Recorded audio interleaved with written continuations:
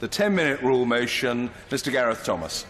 Mr. Speaker, I beg to move that leave be given to bring in a bill to make provision about the entitlement of employees to benefit from profits made by their employers in certain circumstances, to require a company to allocate one seat on its board to an employee representative and for connected purposes.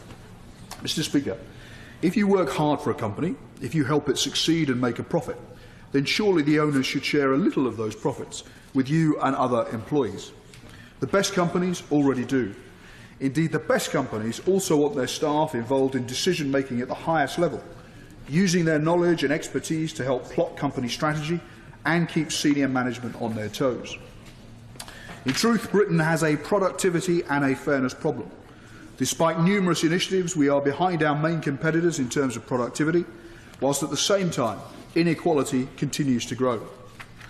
Changing the way companies work, how they take key decisions and who is involved in these decisions is one essential for sorting these problems out. We lag behind the rest of the G7 and most of the G20 in how productive our economy is.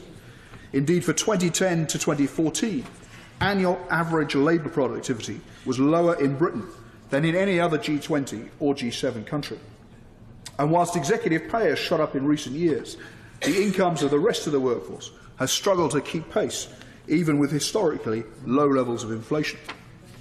Part of the solution, then, involves sharing a little more of the power and profits of business with staff at all levels. Companies like John Lewis share some of the profits they make with all their staff, giving the most junior as well as the most senior staff direct incentives to work even harder, think imaginatively and go the extra mile. Employees also get to help choose the board, again giving staff direct responsibility for selecting those at the very top whose decisions they'll have to follow. Ensuring the concerns of staff get heard at the top table is particularly important, as it's staff who depend particularly on a stable business for their livelihood. Absent owners or disengaged shareholders may have other priorities. In countries like France and Germany, this shared capitalism is a standout feature of their business practice. Companies like Deutsche Bank have staff on their German board who play an important and positive role, while in France, firms of 50 or more employees benefit from up to 5% of profits being shared with all staff, except recent arrivals. Indeed, French governments of all political persuasions, right and left, have a long history of encouraging profit sharing amongst their companies. I understand laws on profit sharing have existed for more than 50 years there, requiring a mandatory profit-sharing scheme to be negotiated with French employees. Companies in France can choose to distribute rewards, either as a flat rate to employees, in proportion to wages, in proportion to the hours worked in the previous year, or a scheme based on a combination of all those principles. Arguably, the prevalence of profit sharing makes an important contribution to higher levels of French productivity. Between 2010 and 2014, France had levels of productivity per hour almost double that of the UK. Employees on boards, Mr. Speaker, are the norm in many other successful countries. In Denmark, France, Finland, Norway, Sweden, for example, as well as Germany, at least one director is elected by the employees. In Norway, favoured by some for being outside of the European Union, once a business has 30 employees, one director has to be chosen by the workforce. In Sweden, another key UK ally, once a company has 25 employees, around a third of directors have to be workers in the business. IKEA, that staple of the British high street, has worker directors on its Swedish board. In France, private companies with 1,000 or more employees, or 5,000 with 1,000 or more employees, or 5,000 or more if they're worldwide, have to have at least one or two staff on the board, while a third of all board members on state-owned companies are elected by the staff. In Germany, a third of the supervising board in companies with 500 or more employees are staff, but this rises to half in companies with more than 2,000 employees. Now, in this country, we have for a long time quietly been happy to endorse workers on boards, albeit so long as they are overseas businesses. EDF, France's leading nuclear energy company, and in the process of being handed the keys to Hinkley Point, has a board in which 1/3 of its members are elected by its workers. Indeed, as a French company, EDF also has a profit-sharing scheme. Deutsche Bahn, who run through their subsidiaries much of our rail network, have 6 directors elected by their staff. Even though both are key players in British markets, particularly in England, English workers in these companies do not get to vote for board members. It's just German and French staff. So in short, if German workers are good enough to sit on a company board, if French workers are good enough to sit on a company board, if Swedish workers are good enough to sit on a company board, isn't it time that English and British workers were given their chance too?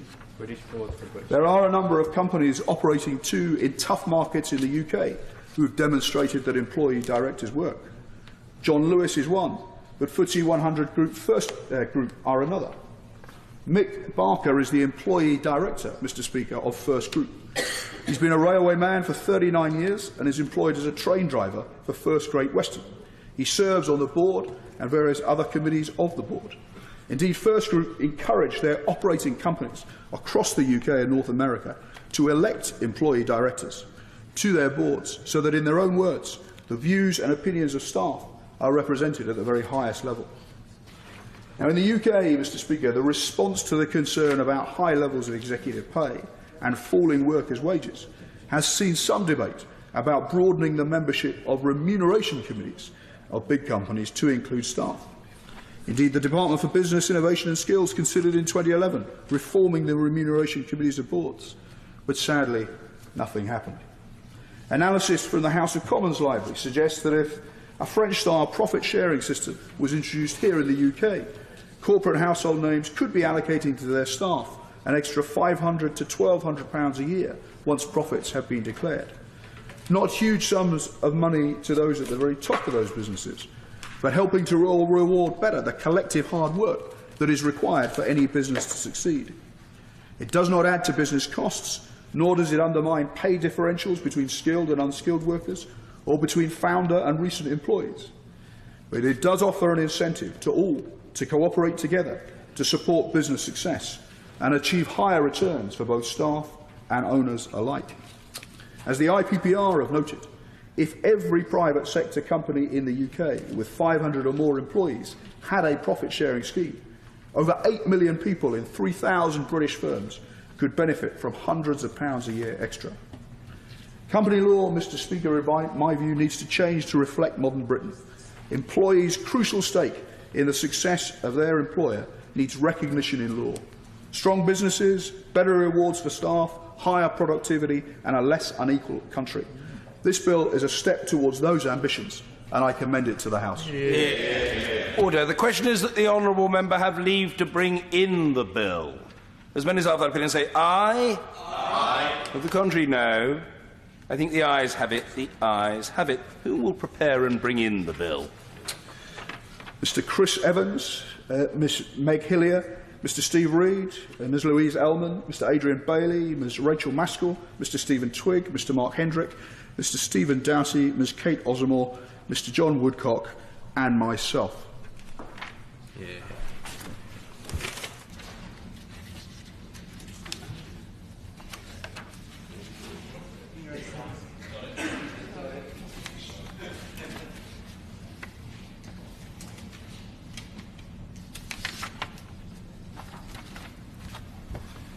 Mr. Gareth Thomas.